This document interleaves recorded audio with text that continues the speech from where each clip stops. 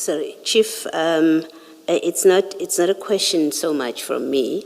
It's what I want to put to you from the evidence since you started, and then tell you the impression that it creates for me, and then give you the chance to comment.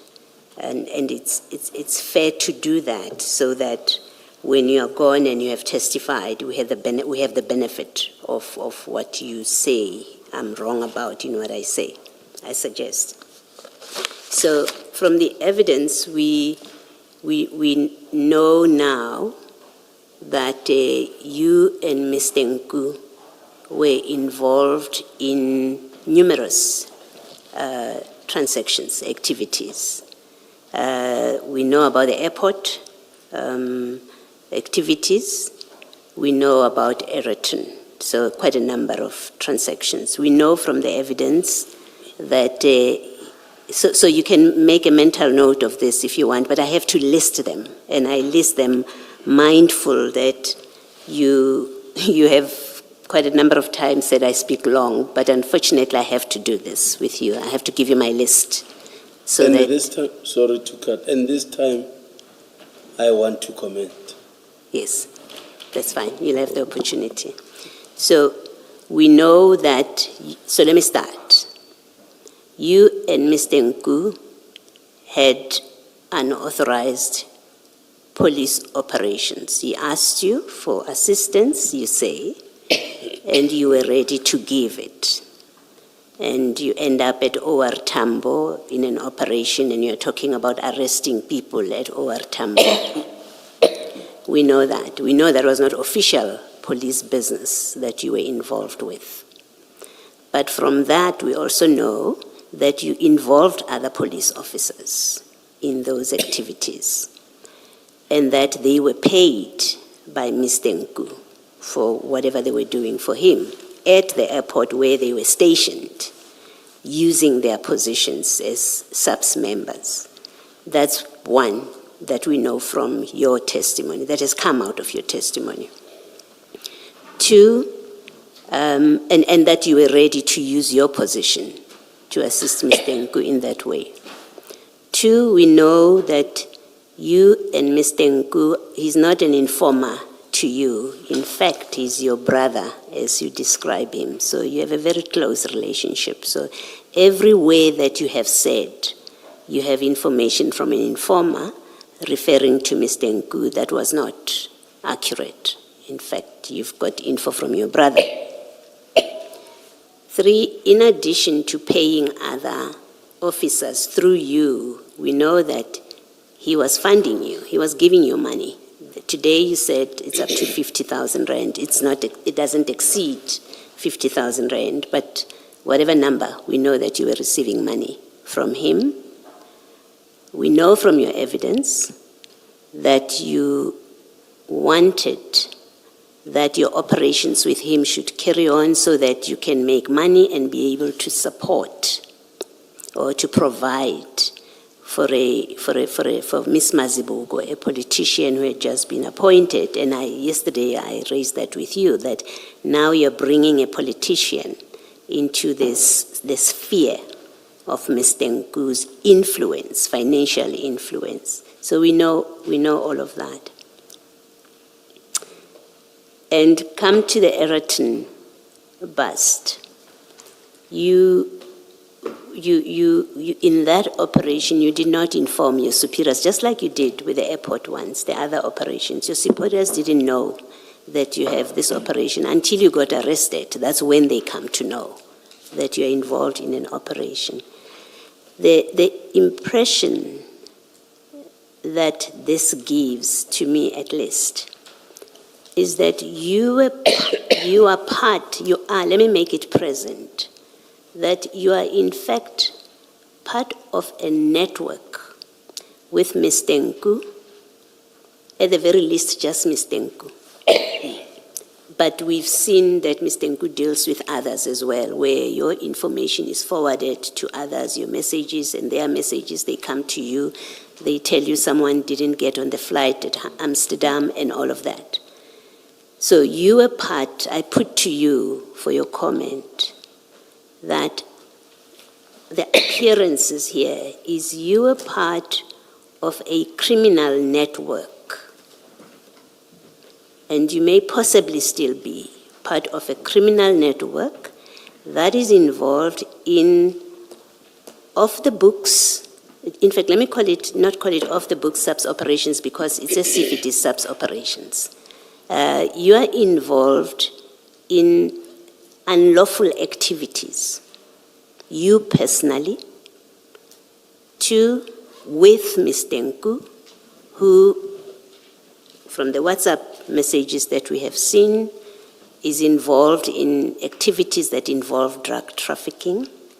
You are involved in involving other police officers in unlawful activities at Mr Nku's instance and funded by Mr Nku. All of that, I want to say to you, suggests or gives appearances that you are part of a criminal network or a network of criminals who deal in illegal activities that include drug trafficking, that include arrests of people without proper authorization at the airport. You wanted to arrest Kensani.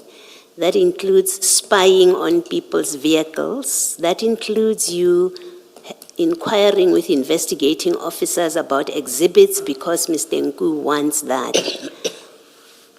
It places you very badly as being involved in a criminal network. And I would like you to comment. That's the impression I have right now, having listened to the evidence.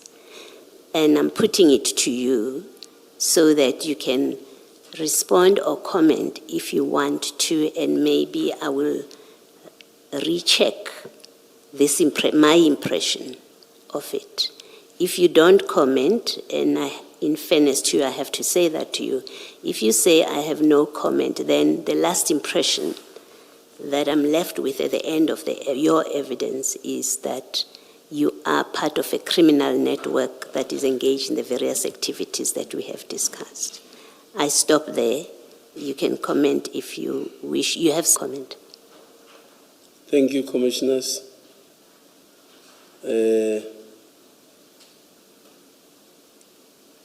Engaging with people like you have taught me that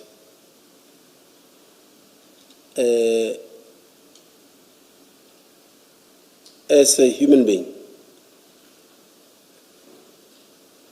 you need to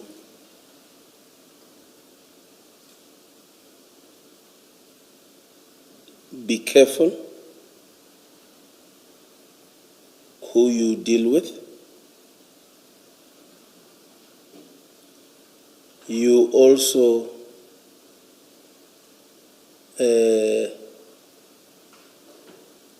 need to learn more of, let me say, your work. And then,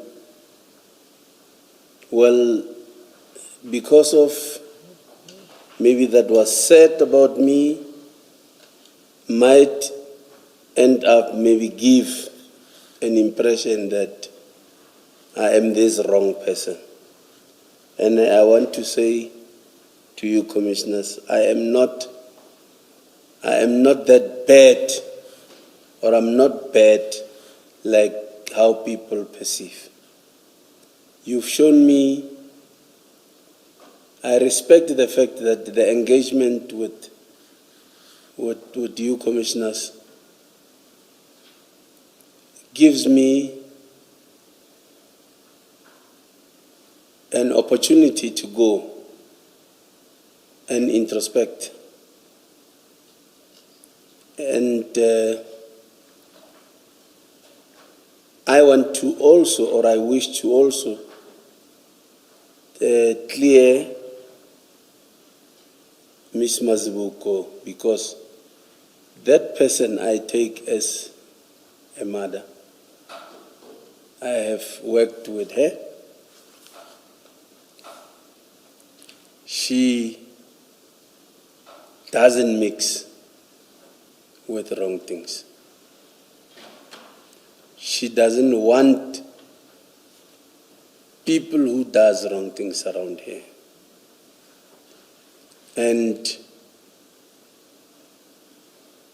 I know I continue learning from her. Like,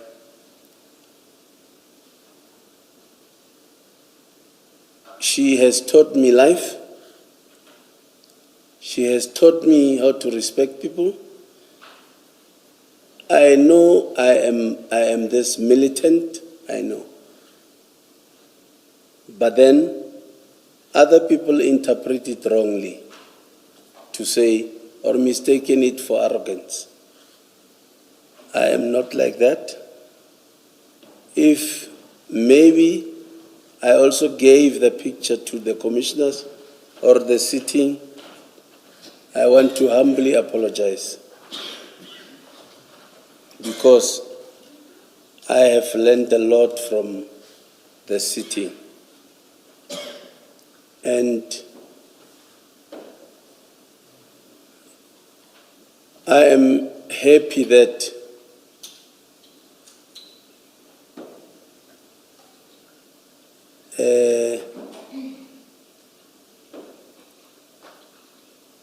people like you, commissioners,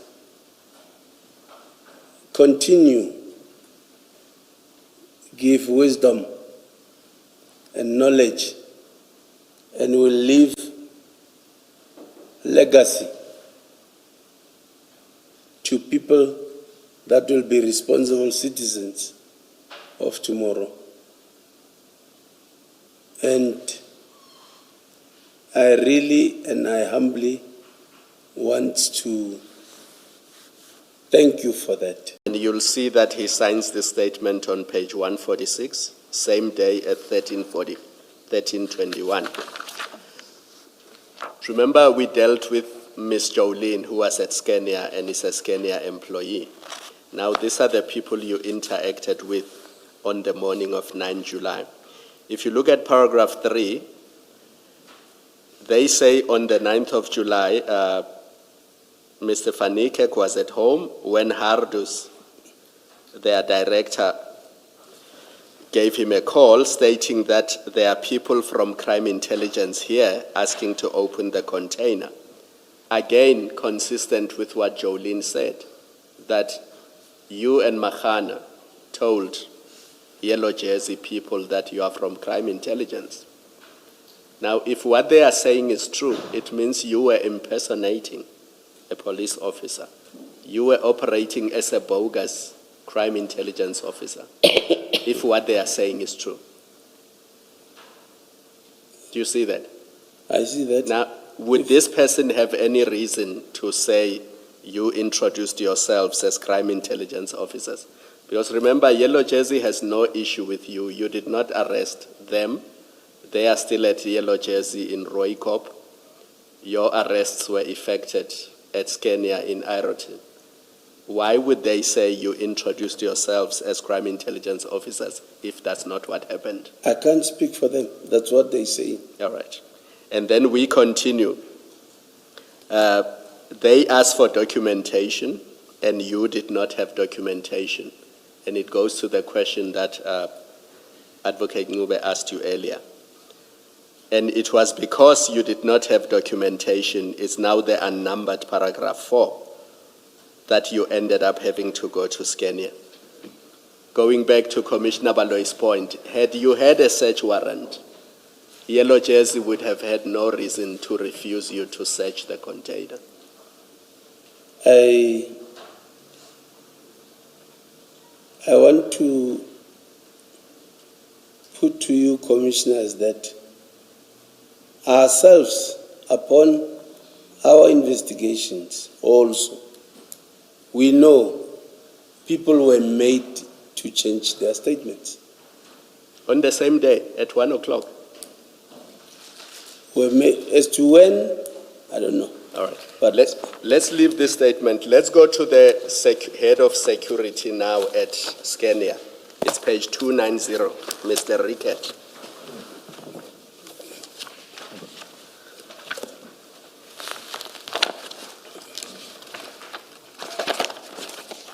Let me know when you are there.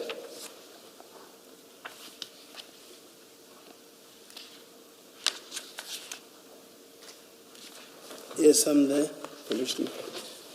Paragraph 3, Mr. Rickett says he's the security manager at Scania. You see that at paragraph 2.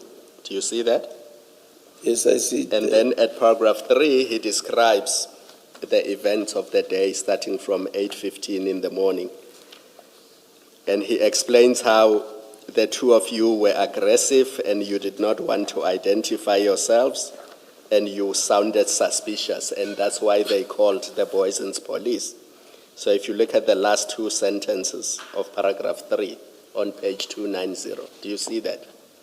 I see that. So they say the reason for calling Boyson's police was because you did not want to identify yourselves, you were aggressive, and you were behaving in a suspicious manner. Commissioners, I become happy when you talk about the scene, because we also advised Sebola that please get the video footage so that at least the questions about the scene will answer itself, because every answer will be on the footage. Okay. And Pakula mentioned that nobody entertained it. Chief, I think please pause there. Sebola is not there yet. Pakula is not there yet. What the account that is being given is what happened when the three of you, including Nku, arrived there. Either you agree with it or you disagree with it. It doesn't help to say, I asked Pakula to look for footage, because we know that that footage is not before us, so it won't help us.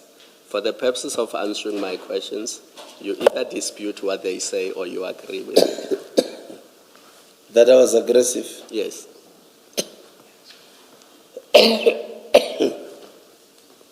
Do you agree or you disagree with it? I know people who doesn't know me always say that I'm aggressive, I'm arrogant. They call me names. So that impression, if Rick had formed that impression, it would have been a fair impression on his part to form, because you say people who know you also think that way. I'm saying maybe if you can allow me to finish, Commissioner, Yes. maybe. Until you get to know me in person, that it's not, and unfortunately it's human nature that if somebody says, Mashaba Hotel, other people don't even give themselves time. They somehow believe what they hear. So other things are beyond my control. I'm not in any business to prove to anybody that I'm not arrogant. All right. But if you know me, you will know there's no such a thing. Unfortunately, we won't have time to get to know you, Chief. Paragraph 8 on 291. What Mr. Rickett says is that he's a former police captain himself. So he's a retired SAPS captain. So he knows about normal investigation protocols. And you see that from line 5 of paragraph 8. Sorry, line 246. He says, being a retired captain in the police, I asked him why they were not following normal investigation protocol. With a very aggressive attitude, he told me not to try to do his work and that he would arrest me for interfering in the investigation. I advised him that he would need to identify himself with his ID card before he could do that. He produced a police ID card in identifying himself as a warrant officer. When I wanted to write down the information on the card, he became very aggressive. I asked him what the contents were of the bag, whereupon he advised me I do not have to know. And then he continues, he says, when he tried to take photos of what was going on, you and Mahana were aggressive towards him. And he continues in paragraph 10 that even the police who arrived, you were aggressive towards them and you told them to go away because this was your scene. Do you have any recollection of that?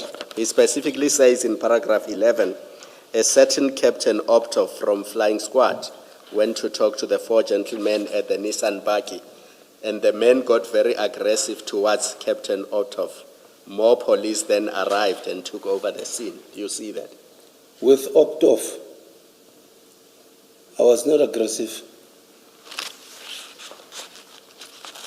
Optov was in uniform officially in a police car. So obviously, when Boysens reports back to control, all patrol cars on duty would hear the report. So we knew for a fact he is coming there knowing what's happening, because he must have heard the report from Boysens guys. Okay. But when he got there, he didn't even start with coming to us. Everybody else there started somewhere, ended up with us. So he said to us, guys, who are you and what's happening? No. Guys, who are you? We hear there's a hijack. I said to him, you don't even greet us? You come here and tell us what you're telling us? And you might have heard from the radio. Why do you come and ask us knowing exactly that there's nothing like that? Because you heard it from the radio. So I'm also under the impression that he might be one of the officers that are sent by people with interest at the scene. Thank you. The last statement I want to take you to, then I'm going to ask you about Mr Nku. Page 254, it's Captain Sebola.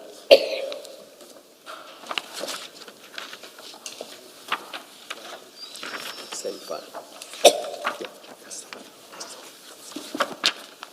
Page 254, same file.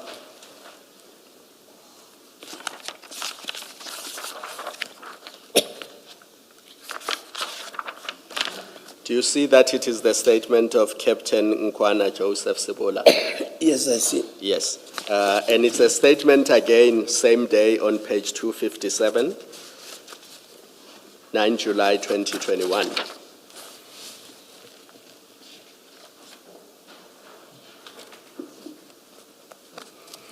But the part I want you to deal with is 254, paragraph 7.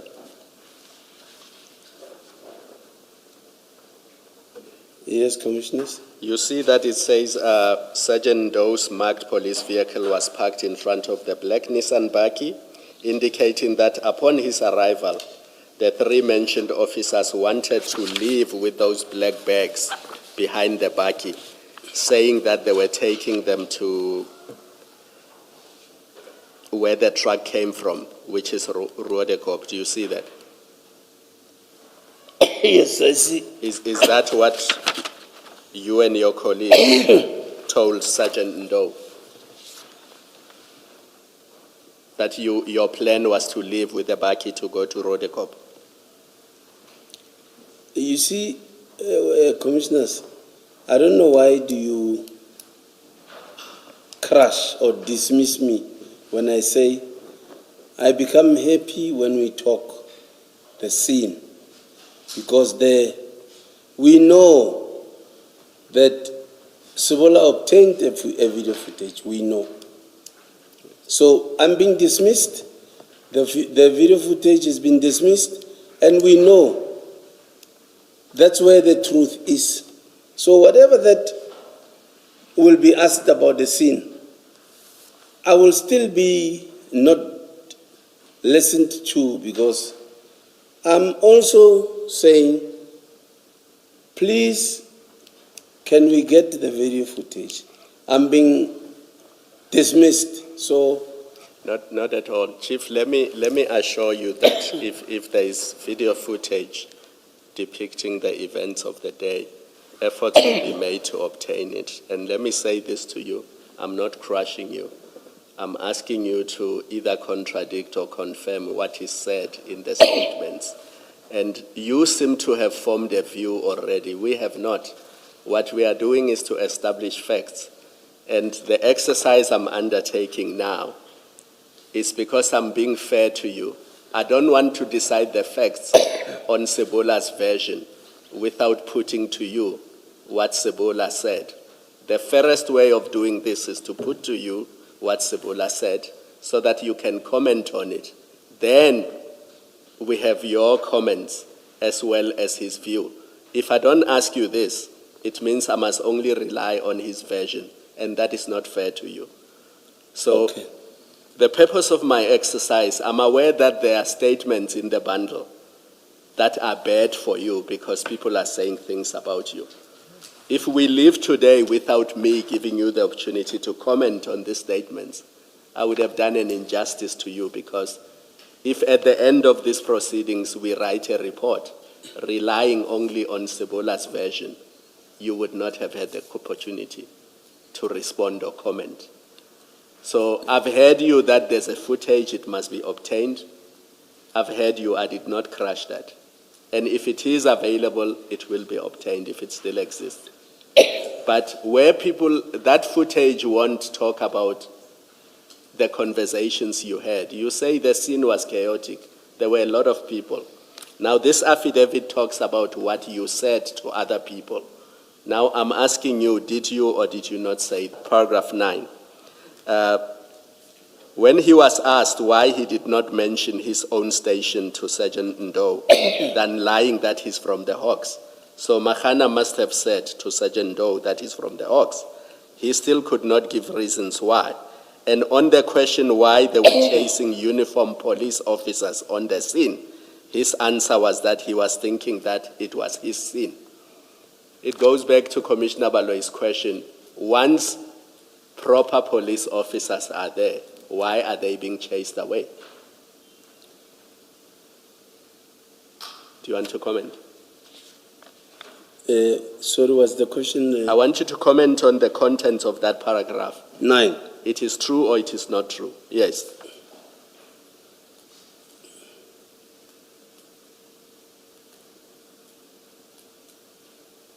That when Mahana was asked for reasons why he described himself as coming from the Hawks, he could not give an answer. And on the question why he was chasing uniformed police officers on the scene, his answer was that he was thinking that it was his scene. In other words, he had the right to chase away other police officers. No, this is wrong. It did not happen. It did not happen. And when he was asked if he does know drugs, his answer was he did not know drugs. And when he was asked why he was loading them, On why was he loading what he does not know, his answer was he suspected that the consignment could be drugs. Do you see that? I see that, Commissioners. And then it continues with the other people. So it's the same theme that the police officers who arrived there say, this is how you, Mahana, and whoever you were with behaved.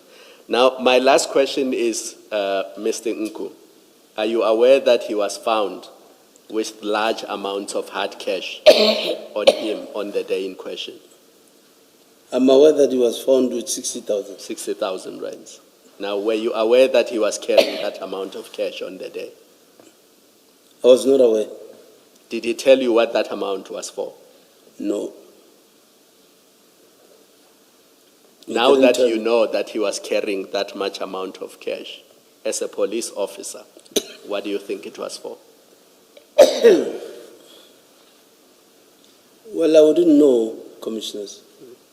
I'm going to say this, and this is the last thing I'm going to say. Commissioner Baloyi has a few questions to ask you. Many witnesses have come to this commission and they have said, well, you must prove these things beyond a reasonable doubt. That's not how commissions of inquiry work. That was Mr. Mnisi? Mnisi. I was not addressing him, Chair, but it might as well apply. And that is dangerous, and it's a wrong approach to take, because we are not a criminal court. We are a commission of inquiry. We don't prove things beyond a reasonable doubt. We look at all the proven facts, we balance probabilities, and in some instances, we connect dots and we draw inferences. So we will look at the documents, look at what happened, look at all the statements, and we will draw conclusions from what we see in front of us. That's why it's important that when you are called upon to comment, you must do so, because where you've chosen not to comment, you leave it to us to draw inferences. And those inferences may be adverse to you and may have serious consequences. So the attitude that many witnesses have taken, that the commission must prove beyond a reasonable doubt, that does not work here, because we are not a criminal court and we don't operate like a criminal court. So that's the last thing I'm going to say to you, Chair. I don't know if you wanted to add to that, and then Commissioner Baloyi. Thank you.